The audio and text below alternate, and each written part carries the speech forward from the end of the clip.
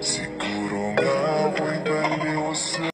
Naku po, tatay ni Carla, tila kinilig po kila Jomar at Carla. Yes, mga mima. So, bago natin pagpatuloy ng ating paksa for today's video, kung bago ka pa lang sa aking channel, please subscribe, like, and pakihit na rin po natin guys ang notification bell upang ma-update po tayo tuwing ako pinag-upload patungkol sa Team Kalingap.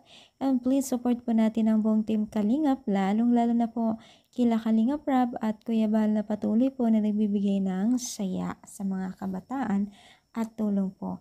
Alam niyo ba guys na marami pong natuwa dito sa dalawang mag-love team na ito at syempre kitang-kita rin po natin kung paano kiligin itong si tatay sa kanyang anak at ang kanyang love team na si Jomar, no? Pati ba naman si tatay, hindi siya makapigil, hindi niya mapigilan kiligin sa dalawang itong mag-love team na ito. Yes. Sa mga hindi nakakilala guys, ay tatay pala ni Carla ito, no?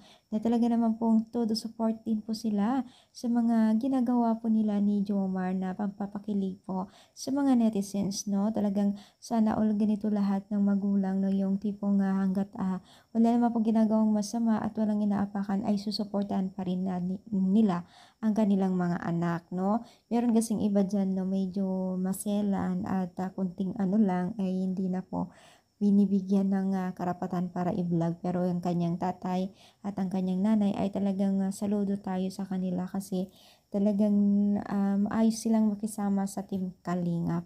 At syempre, andyan yung pagrespeto pa rin ng Team Kalingap sa kanila kasi may limita pa rin po ang lahat, no? So, ano nyo masasabi dito sa ating paksa for today's video? Kaya rin po ba ay natutuwa sa kanyang tatay? Comment down pa, like po ang ating video. Thank you so much. More power guys, and God bless po guys.